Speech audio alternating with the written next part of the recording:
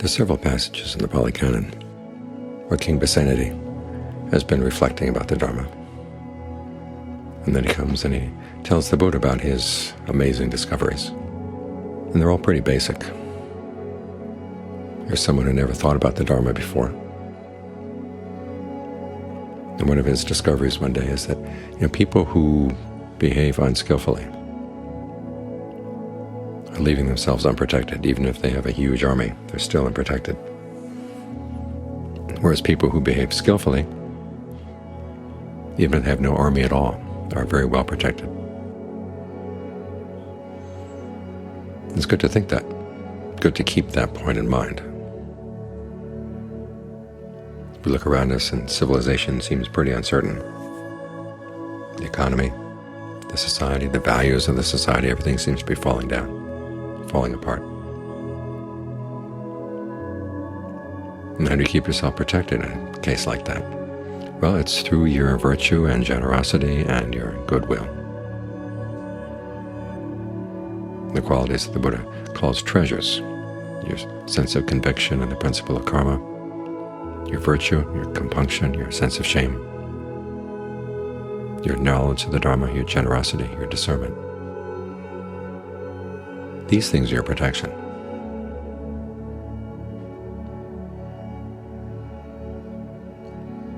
So we work on developing these things. Sometimes we're afraid that the things we try to build up as we go through life will get torn down. And you have to face the fact that yes, they will. Maybe they get torn down more quickly than you might have thought, but they're all going to get torn down one way or another. We'd like to leave our marks on the world, but who knows what will be left. Years back, I was visiting my father in Virginia. He was now living in Williamsburg. When I was a teenager, we lived in Charlottesville. And as a family, we built a house. We'd hired some builders, but the family worked together on the house as well. Designing it, painting it. Dad did the cabinets in the kitchen. And so one day he decided he wanted to go see the old house. So we drove up and discovered that the current owners were not taking care of it at all. It was beginning to fall apart. And on the way back, he mentioned to me, he looked back in his life and he couldn't see that there was anything he had left. It had all been destroyed one way or another. Starting with the farm, his job with the government. Of course, I like to think that at least I was there, something he'd created. It was good. But it got me to thinking, if you try to measure the worth of your life in the terms of things you can accomplish outside, it's going to seem pretty hopeless. And the more you try to build up protection against the changes that are going to happen, if you build up in things that have nothing to do with the goodness of the heart, it's all going to get torn down. And sometimes the things that you build up as your security are going to get turned against you. So you have to remember, as you're thinking about what kind of life you want to live, it's going to have some meaning. And it will continue to have meaning even if things change very quickly and drastically. You have to look at the qualities of the mind. These are the things that are really solid and are not destroyed by events outside, unless you let the events outside destroy them. In other words, you decide that things get so bad that you're going to abandon the Dharma.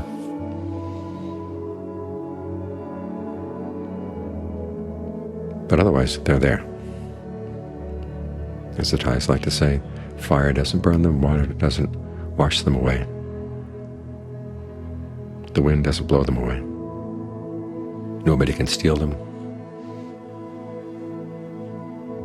Or in the phrase of the canon, kings can't take them, thieves can't take them. It's interesting, they put kings and thieves in the same sentence.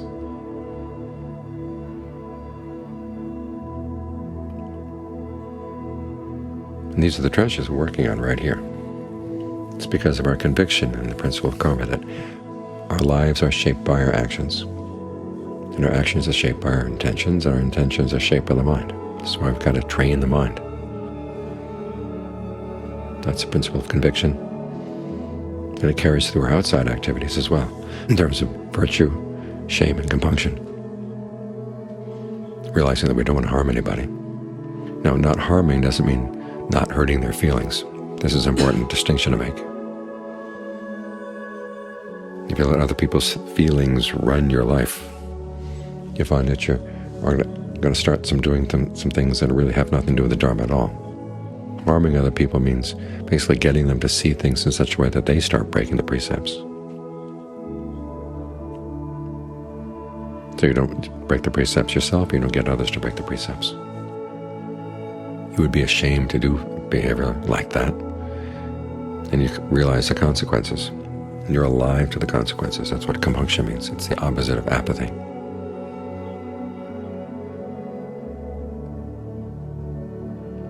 And as you find a sense of well-being inside here, then it's a lot easier to be more generous with others.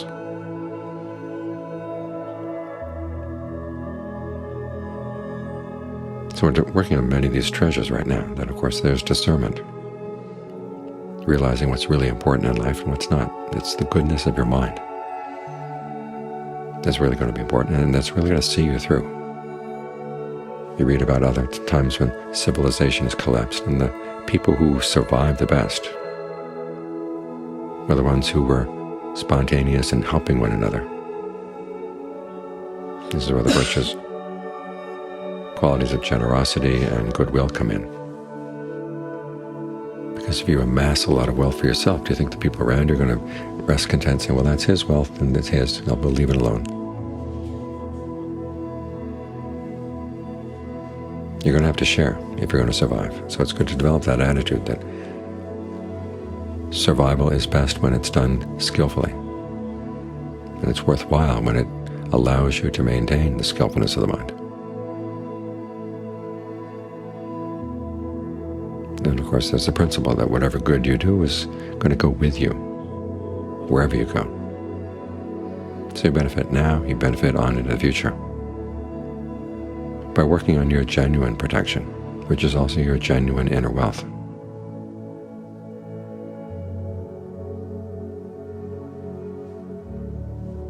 So think about that, generosity and goodwill.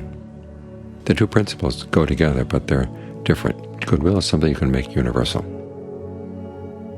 In fact, you have to make it universal if you want to get the most benefit out of it.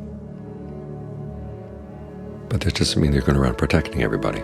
That's a huge misunderstanding that comes from that passage in the Karunaniyametta Sutta about the mother looking after her only child.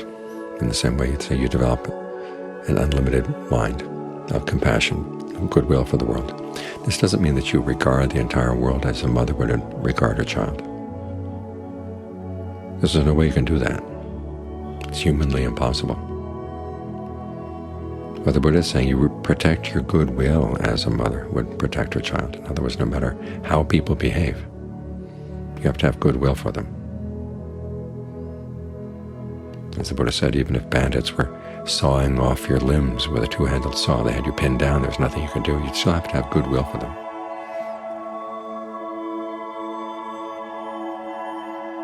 That's something you would have to protect, even as you realize you couldn't protect your life at that point. So goodwill can be unlimited. Generosity, however, has its limits. Each of us has only so many resources, so much time, so much energy. And you have to be careful. If you want to make the most of your generosity, where you're going to give and where you can't give.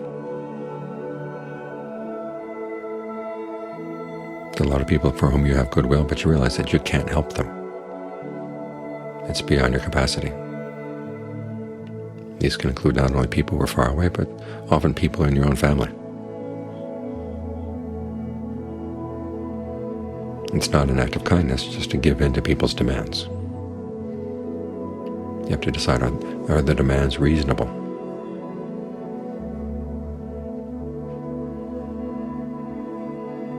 Are they in line with the dharma?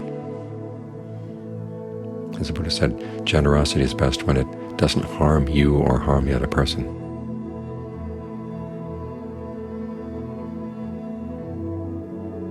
So there are limits on generosity. On the one hand, the Buddha said, give wherever you feel inspired, where you feel the gift would be well used. In other words, he's not imposing any restrictions on your generosity. But then the question comes up, when a gift is given, where does it bear the best fruit? And the Buddha said, well, that's a different question. That's why you have to be very careful about who you give to, what you give, looking at your intention, looking at the gift itself, looking at the recipient, looking at the time and place, exercising your discernment around these issues. So generosity becomes a skill.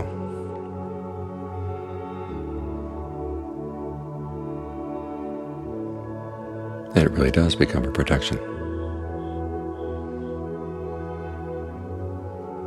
So we work on these qualities, not just because they're sentimental and nice,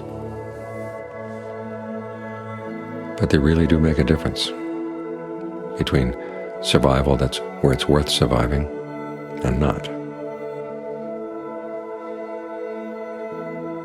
The Ajahns going to the forest in Thailand had to take a lot of goodwill for all the animals, all the thieves and other people living in the forest. It's not like you go out in the forest and you meet the best people all the time.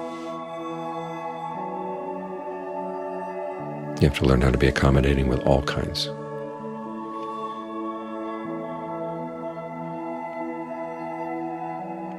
And your goodwill and your generosity are things that help you survive. No matter where you go into a new society where you don't know anybody, goodwill and generosity are the things that will carry you through. When things begin to break down, goodwill and generosity will carry you through.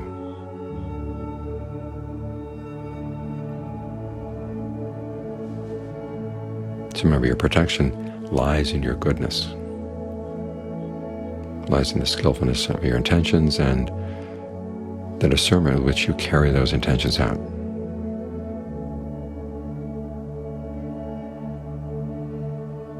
Those are the things that will see you through no matter what happens.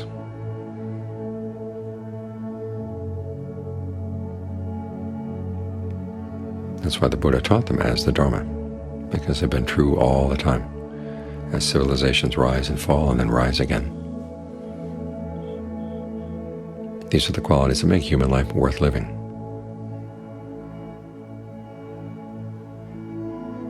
Make it the kind of life that we can get the most out of it.